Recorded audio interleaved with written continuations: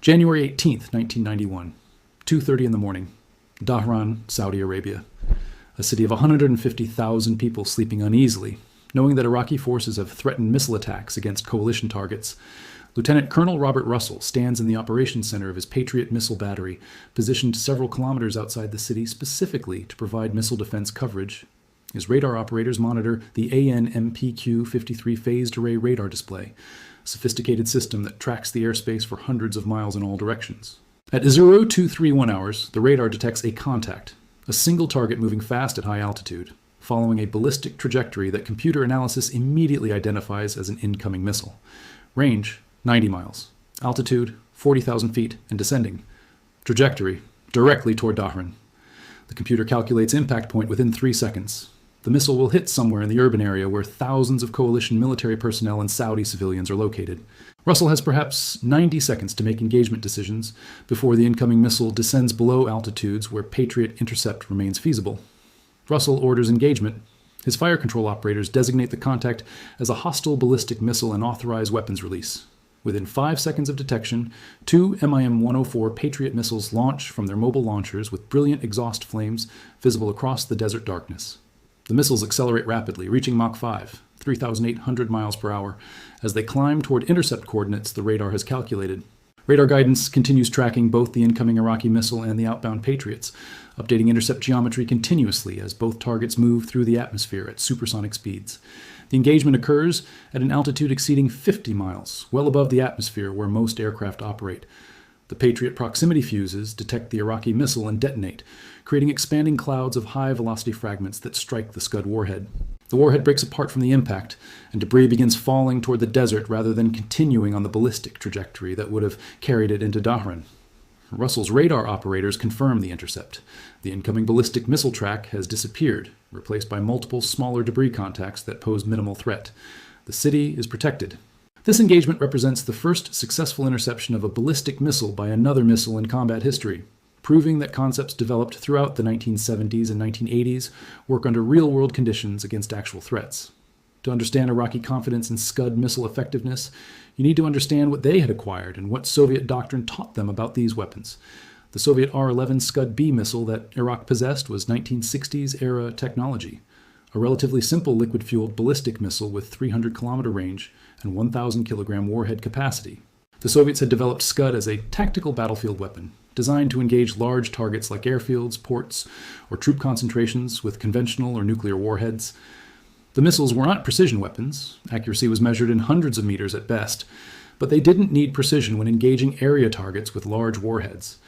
Iraqi engineers had modified the basic Scud design to create what they called the Al-Hussein variant, extending range to 600 kilometers by reducing warhead size to 500 kilograms and adding fuel capacity.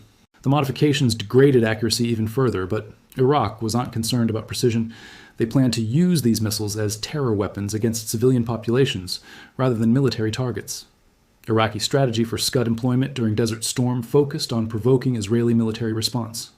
If Iraqi missiles struck Israeli cities with sufficient casualties, Israeli government might retaliate militarily against Iraq, despite American requests for restraint.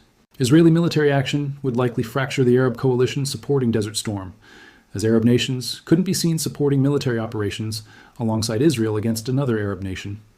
Iraqi planners believed Scud attacks might achieve through political effects what Iraqi military forces couldn't achieve through conventional operations, breaking the coalition and forcing negotiated settlement rather than military defeat. The strategy required Scud missiles to actually hit Israeli cities and cause casualties sufficient to generate political pressure for Israeli response. Iraqi commanders believed Scud missiles provided this capability because Soviet doctrine taught that ballistic missiles could not be intercepted. Soviet air defense doctrine throughout the Cold War emphasized comprehensive defense against aircraft threats, but maintained that tactical ballistic missiles represented uninterceptable weapons. Soviet surface-to-air missile systems like SA-2, SA-3, and SA-6 were designed to engage aircraft with relatively predictable flight paths and speeds. Ballistic missiles followed different trajectories, extremely high altitude during mid-course phase, steep descent angles during terminal phase, and speeds that Soviet systems couldn't match. Soviet engineers understood theoretically that ballistic missile interception was possible with sufficiently advanced radar and guidance systems. But Soviet doctrine taught that such systems were impractical for tactical battlefield deployment. Iraqi officers who received training on Soviet equipment learned this doctrine, and they deployed their Scud missiles believing that coalition forces lacked capability to intercept them. The reality would prove different. The Raytheon MIM-104 Patriot missile system that would demonstrate ballistic missile defense capability began development in the early 1970s, when the United States Army sought to replace its aging Nike Hercules air defense system with modern technology. Raytheon won the development contract and created a system incorporating revolutionary phased array radar and sophisticated computer processing that would not reach operational service until 1981. The delays reflected the technical challenges of developing systems that could track multiple targets simultaneously, calculate complex intercept geometries in real time, and guide missiles to intercept targets traveling at supersonic speeds.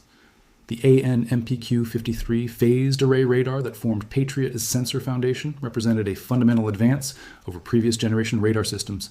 Traditional radar used mechanically rotating antennae that physically turned to scan different directions. Phased array radar achieved the same result electronically, using a fixed antenna array with hundreds of individual transmitter, bar, or receiver elements that could be coordinated to steer the radar beam in any direction without physical movement. The system could track more than 100 targets simultaneously, jumping instantaneously between targets as computer processing directed where the radar should look next. This multi-target tracking capability was essential for battlefield air defense, where multiple aircraft, helicopters, cruise missiles, or ballistic missiles might threaten defended areas simultaneously. For ballistic missile defense, the radar's capability to detect targets at ranges exceeding 100 miles provided early warning necessary for successful intercept. When Iraqi Scud missiles launched from positions deep in Iraq, Patriot radars in Saudi Arabia detected those launches within seconds and began tracking the missiles through their boost phase and ballistic mid-course phase. Computer processing analyzed the ballistic trajectory, calculating where the missile would impact if left unengaged. The system prioritized threats based on their calculated impact points. Missiles targeting areas with high concentrations of coalition forces or civilian populations received highest priority for engagement. The computer then calculated optimal intercept points, where Patriot missiles could reach the incoming ballistic missile with sufficient time and altitude to achieve successful engagement. The MIM-104 Patriot missile itself was a sophisticated weapon optimized for high-altitude, high-speed intercepts. The missile measured 5.3 meters in length with a diameter of 0.41 meters, powered by a single-stage solid rocket motor that accelerated it to Mach 5. The missile could reach altitudes of 70,000 feet, providing engagement capability against targets operating well above altitudes where most aircraft or cruise missiles flew.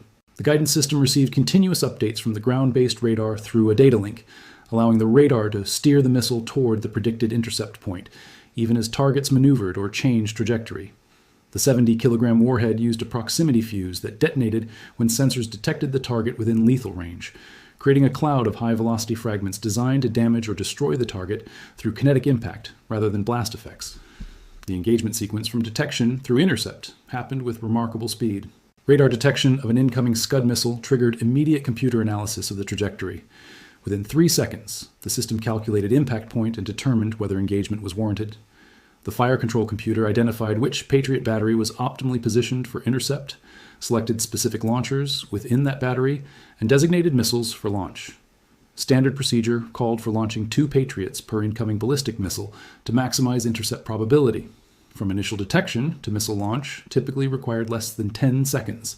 The Patriots then flew to intercept points calculated by the radar, with continuous guidance updates ensuring the missiles adjusted to any changes in target trajectory.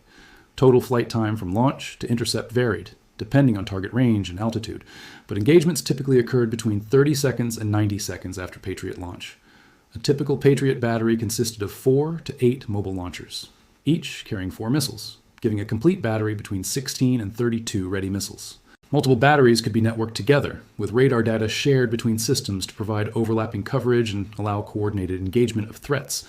This networking capability proved crucial during Desert Storm as coalition planners positioned Patriot batteries to provide layered defense of critical areas, while maximizing coverage of likely Scud approach corridors. When Operation Desert Storm began on January 17, 1991, United States Army had deployed Patriot batteries to multiple locations in Saudi Arabia and Israel, specifically to defend against anticipated Iraqi Scud attacks. Batteries protected Dhahran and Riyadh in Saudi Arabia, where large concentrations of coalition military forces were positioned. Additional batteries deployed to Israel at American request, protecting Tel Aviv and Haifa, where Israeli civilian populations might be targeted by Iraqi missiles attempting to provoke Israeli military response. These deployments represented the first operational use of Patriot, in its ballistic missile defense role, testing under combat conditions whether the system could actually intercept ballistic missiles as designed. The first Iraqi Scud launch occurred on January 18th, targeting Dhahran, and Lieutenant Colonel Russell's successful intercept validated the system's capability immediately. The engagement demonstrated that Patriot radar could detect Scud launches at operationally useful ranges, that computer processing could calculate intercept geometry quickly enough to enable timely engagement, and that Patriot missiles could reach the speeds and altitudes necessary to intercept descending ballistic missiles. The success was not just technical. It provided immediate psychological reassurance to coalition forces and Saudi civilians that defensive measures existed against Iraqi missile threats. Iraqi Scud attacks continued throughout Desert Storm, with more than 45 missiles launched toward coalition targets between January 17th and February 28th. The missiles targeted military installations, housing coalition forces, civilian population centers, and Israeli cities. Patriot batteries engaged these threats repeatedly, achieving intercepts that prevented direct impacts in many cases. On January 22nd, Patriot batteries protecting Tel Aviv engaged 3 separate Scud missiles in a single night, intercepting all 3 and preventing direct impacts on Israeli civilian areas. The engagements occurred during evening hours when urban populations were concentrated in residential neighborhoods, and successful intercepts prevented casualties that might have generated political pressure for Israeli military retaliation. The February 25th engagement over Dhahran illustrated both Patriot capability and the complex nature of ballistic missile defense. An Iraqi Scud targeted an American military barracks housing coalition personnel. Patriot radar detected the incoming missile and launched interceptors that engaged the Scud at high altitude. The engagement successfully prevented direct impact by the intact missile on the barracks, but debris from the intercepted missile and Patriot warheads fell over a relatively wide area, with some debris impacting the barracks facility. The debris caused casualties among American personnel, demonstrating that even successful intercepts could result in damage from falling debris. But analysis after the incident concluded that a direct impact by the complete Scud warhead would have caused far more extensive casualties, meaning the Patriot engagement achieved its defensive mission despite the tragic losses that occurred. Iraqi reactions to Patriot intercepts evolved throughout the campaign. Initial Iraqi communications dismissed American claims of successful missile intercepts as propaganda, maintaining that ballistic missiles could not be engaged by air defense systems. But as Iraqi forces received reports from observers in targeted areas, descriptions of high-altitude explosions, debris patterns inconsistent with intact missile impacts, and reduced casualties compared to expectations, Iraqi commanders acknowledged privately that American defensive systems were achieving intercepts. Iraqi Scud launch patterns changed in response, with daylight launches ceasing entirely, and all subsequent attacks occurring during nighttime hours when Iraqi forces believed Patriot effectiveness might be reduced. The tactical adjustment tacitly admitted that Patriot represented genuine threat to Scud effectiveness, forcing Iraqi forces to modify operations in attempts to reduce intercept probability. The post-war assessment of Patriot performance became controversial as different analyses reached different conclusions about success rates. The United States Army initially claimed very high success rates, approaching 80 to 90% of engagements, resulting in intercepts. Subsequent detailed analysis examining missile debris, damage patterns, and other evidence suggested success rates were lower, perhaps 40 to 60%, depending on evaluation criteria. The debate reflected legitimate uncertainty about how to measure success in ballistic missile defense. Should intercepts that damaged missiles but did not completely destroy warheads count as successes? Should engagements that prevented direct impacts but resulted in debris casualties be considered successful? Different analysts applying different criteria reached different conclusions, but regardless of precise success rates, Patriot achieved its strategic objectives during Desert Storm. The system demonstrated that ballistic missile defense was feasible, that defensive systems could intercept tactical ballistic missiles with sufficient reliability to provide meaningful protection. Coalition military personnel and Saudi civilians gained confidence that defensive measures existed against Iraqi missile threats. Israeli government showed restraint partly because Patriot deployments demonstrated American commitment to Israeli defense and reduced casualties from Scud attacks. The psychological impact of visible defense, watching Patriot missiles launch toward incoming threats, seeing high-altitude explosions as intercepts occurred, proved as important as the technical intercept statistics. The technology gap between Patriot and Soviet equivalent systems extended across multiple dimensions. American phased-array radar provided electronic beam steering with no moving parts, allowing instantaneous redirection of radar coverage to track multiple targets simultaneously. Soviet air defense radars used mechanical scanning that required physically rotating antenna structures, limiting scan rates, and reducing multi-target tracking capability. This difference meant Patriot could track dozens of targets, while updating each track multiple times per second, while Soviet systems struggled to maintain track on even a handful of targets simultaneously. Computer processing capability represented another fundamental advantage. Patriot systems calculated complex ballistic trajectories and intercept geometry in seconds, providing rapid engagement timelines that maximized intercept probability. Soviet equivalent systems required minutes for similar calculations, often performed manually by operators plotting trajectories on paper charts. The processing speed difference was decisive in ballistic missile defense, where targets moved at supersonic speeds and engagement windows lasted seconds rather than minutes. Patriot's mobility provided tactical flexibility that Soviet systems lacked. A complete Patriot battery could redeploy to new positions within hours, allowing commanders to adjust defensive coverage as threats evolved or protected assets moved. Soviet SA-2 and SA-3 air defense systems were essentially static installations that took days or weeks to relocate. This mobility meant Patriot could respond to changing tactical situations, while Soviet systems remained fixed in positions chosen during initial deployment. The fundamental limitation of Soviet air defense systems reflected their design optimization for aircraft threats. Soviet surface-to-air missiles engaged targets with relatively predictable flight paths. Aircraft flying level courses or making moderate maneuvers at altitudes where Soviet radars could track them effectively. Ballistic missiles followed completely different trajectories with high speeds and steep descent angles that Soviet systems weren't designed to engage. Soviet air defense doctrine assumed ballistic missiles were separate threats requiring different defensive systems, but Soviet forces hadn't deployed tactical ballistic missile defense systems equivalent to Patriot. The legacy of Patriot performance during Desert Storm extended far beyond the immediate campaign. The system proved that ballistic missile defense was practical rather than theoretical, validating concepts that skeptics had questioned throughout the 1970s and 1980s. This proof of concept led directly to expanded American investment in ballistic missile defense programs throughout the 1990s and 2000s. THAAD, Terminal High Altitude Area Defense, emerged as a more capable system optimized specifically for ballistic missile interception. Aegis ballistic missile defense adapted naval air defense systems to provide ship-based ballistic missile defense capability. The entire architecture of American missile defense grew from the foundation Patriot established during Desert Storm. The Patriot system itself received continuous upgrades reflecting lessons learned from combat operations and incorporating advancing technology. PAC-2 modifications improved radar processing and missile guidance for better performance against tactical ballistic missiles. PAC-3 represented more fundamental upgrade, replacing the proximity-fused warhead with hit-to-kill interceptors that physically collided with targets rather than detonating nearby. The hit-to-kill approach provided more reliable target neutralization and reduced debris hazards, addressing concerns that had emerged from Desert Storm engagements. 18 nations operate Patriot systems today, making it one of the most widely deployed air defense systems globally. American allies including Japan, South Korea, Saudi Arabia, United Arab Emirates, and multiple European nations have purchased Patriot batteries, creating comprehensive missile defense coverage across regions where ballistic missile threats exist. The system's combat-proven capability and continuous modernization make it attractive to nations seeking reliable air and missile defense.